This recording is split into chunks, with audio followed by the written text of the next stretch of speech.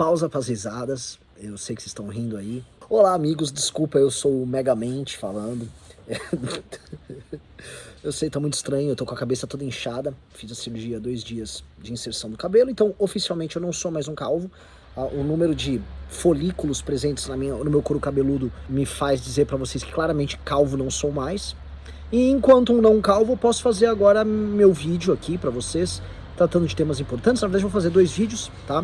E esse é o primeiro deles. Esse aqui é tratando da reforma tributária e da polêmica política em volta dela, tá? A reforma tributária que foi votada agora, ela já está em discussão há coisa de 30 anos, né? E quando a gente fala que ela está em discussão há coisa de 30 anos, significa que o tema de juntar, vamos dizer, todos os nossos impostos ligados ao consumo, como PIS, COFINS, ICMS, num pacote só, transformado num imposto só, que tenha, vamos dizer, o mesmo padrão nacional, essa ideia ela vem sendo discutida e essa discussão é liderada pelo Api, Bernard Api, que é um economista, com participação e apoio do Marcos Lisboa, esse talvez o principal e mais influente economista brasileiro. Então isso já tem bastante tempo, tá? Então isso não tem a ver com o governo PT, ou o governo Temer, ou o governo Bolsonaro, ainda que essa reforma tenha circulado e tenha sido discutida por esses 3 governos, tá? O fato é uma reforma que simplifica bastante as coisas, ela pega certas distorções que havia no nosso modelo tributário e ela tenta corrigir, obviamente gerando algumas dores para alguns setores e algumas melhorias para outros, né? Especialmente, vamos dizer, a alíquota ficar mais justa para a indústria, mas ela vai aumentar um pouco em alguns setores, como setores específicos da parte de serviços, ainda que, sendo bem claro, serviços essenciais, saúde, educação, etc., não estão inclusos, transporte, mesma coisa, tá? Tô falando isso porque a reforma via de regra é bacana. O Kim já fez um vídeo muito importante explicando, e aí eu não quero repetir o vídeo do Kim, porque o vídeo do Kim é perfeito nisso, ele dá todos os principais problemas e as principais virtudes da reforma. Então, para não me repetir, enfim, não ficar falando algo que Kim já falou, eu não vou continuar. O ponto é, essa aqui é uma reforma que houvesse boa fé de qualquer governo, ela passaria, tá? É uma reforma que melhora a vida de todo mundo que é empreendedor. E a despeito de certas tentativas de colocarem, vamos dizer, uns jabutis woke, uns jabutis progressistas como coisas da Tabata ali, isso não prosperou, tá? Então, o saldo dessa legislação ainda é bastante positivo, tá? A discussão que eu quero trazer aqui é uma discussão que envolve questões políticas. Obviamente, o Bolsonaro veio a público para tomar a liderança de um enfrentamento à reforma, mesmo sabendo que a reforma iria passar, tá? Houve um momento, e esse aqui é o ponto central, que a reforma não passaria, tá? Foi mais ou menos na sexta-feira, quinta a sexta-feira da semana passada, quando a gente, o Quinta Kataguiri e a galera do clube, soube que os governadores do Centro-Sul falaram, não dá pra ir essa reforma, porque o Conselho Federativo, que é o conselho que determina alíquotas e tal, da forma como tá, vai beneficiar demais os estados do Norte e Nordeste, que produzem menos, portanto produzem menos ICMS, ou o novo IVA, mas ainda assim teriam mais controle, vamos dizer, do processo, o que seria injusto para as unidades federativas que têm mais população, como os do Centro-Sul, São Paulo, Minas Gerais, Rio de Janeiro, etc. E os que também, mesmo não sendo tão populosos, eles produzem muito, como por exemplo o estado do Paraná, que tem um PIB gigantesco, mesmo não sendo um dos 5 estados mais populosos do país. Então, de modo a resolver essa distorção, o Tarcísio agiu, tá? E ele, junto com outros governadores, veio com a solução de que, ainda que nesse Conselho Federativo haja como representantes os governadores, os prefeitos das capitais dos estados, o voto deles é proporcional à própria população. Portanto, você só vai conseguir passar qualquer coisa se houver maioria de população representada nos estados e prefeitos ali. Logo, essa tática que poderia existir de controle sobre o Conselho Federativo por parte, vamos dizer, do governo e tal, não vai acontecer, o que é bom para quem trabalha e produz, especialmente para os estados mais produtivos e para a maioria da população representada por esses estados, tá? O problema é que o Tarcísio veio com essa solução no momento que não houvesse essa solução, a reforma não passaria. E o Bolsonaro queria capitanear a reforma não passar para ele falar que seria o líder da oposição. Então, o Bolsonaro ter ido para cima do Tarcísio foi uma retaliação ao Tarcísio não ter agido como um vassalo do Bolsonaro e ter sim buscado uma solução política para um problema que atinge a todos nós. Não importa se você é petista, se você é antipetista, se você é bolsonarista, se você é do MBL. Problemas tributários atingem a todos nós. Nós vivemos na mesma federação. Portanto, o que o Bolsonaro tentava, que era, após uma série de derrotas e após perder os direitos políticos, ele ter, na prática, tentado se tornar um líder derrubando um projeto do PT. Ele teve que encarar o Tarcísio obtendo esse papel de conciliador, resolvendo o problema que salvou em si a reforma. E aí outros nomes, aí eu volto a colocar como Kim Kataguiri, que tornaram essa discussão palatável, porque o bolsonarismo havia transformado a discussão em um show de horrores e notícias falsas. A maior parte dos argumentos usados pelos bolsonaristas eram falsos.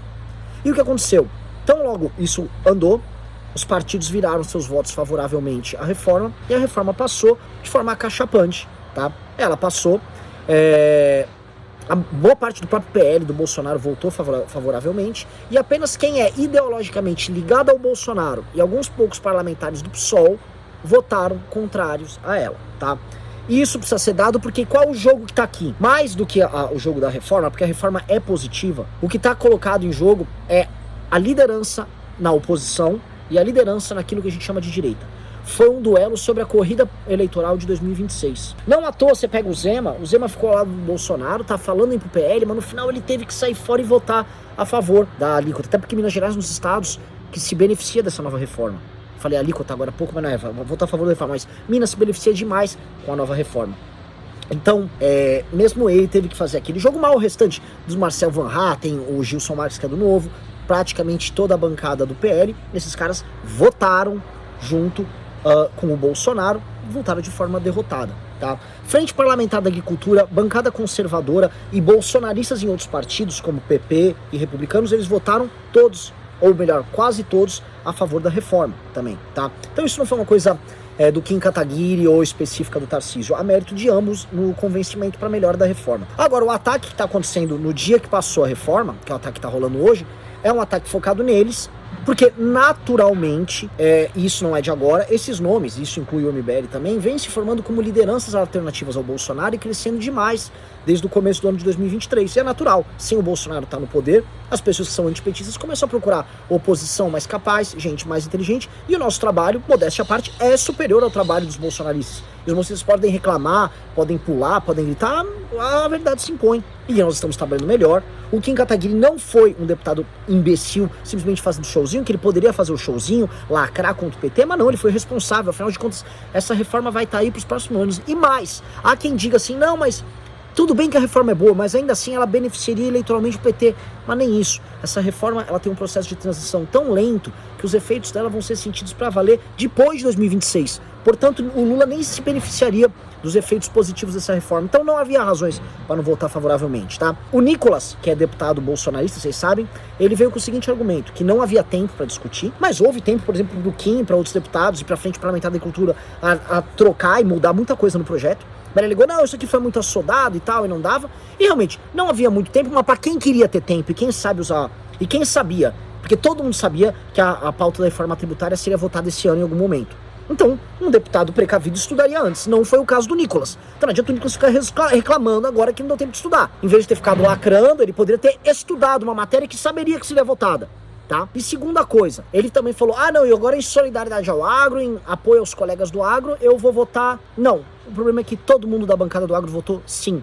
E a Frente Parlamentar da Agricultura, como você está vendo aqui na tela, ela votou sim. Ela, inclusive, levantou vários pontos que foram positivos para o agro. Portanto, o Nicolas mentiu, que é a única coisa que esses bolsonaristas sabem fazer. E agora, no final do dia, tá perfis falsos como esse Dama de Ferro, ou aquela tranqueira daquele Joaquim Teixeira, que é um humorista a favor do Bolsonaro, tipo o canal Hipócritas, falando, dando a entender que o Kim recebeu 6 milhões de reais em emenda para votar com o governo. O que é mentira, o Kim nunca precisou fazer isso. Quem fez sempre uso do expediente do orçamento secreto foram os bolsonaristas. E mais, o próprio orçamento secreto que foi usado agora pelo Lula pra, vamos falar a verdade, comprar apoio no Congresso para passar essa pauta, adivinha?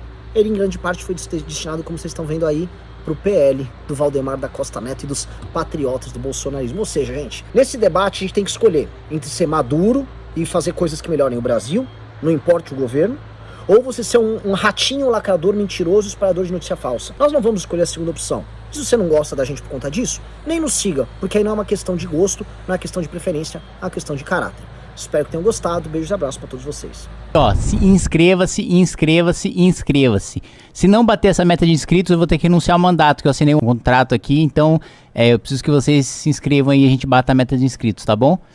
Mas tudo bem também, se vocês quiserem que eu renuncie, depois dá uma olhada lá quem é meu suplente. Um abraço.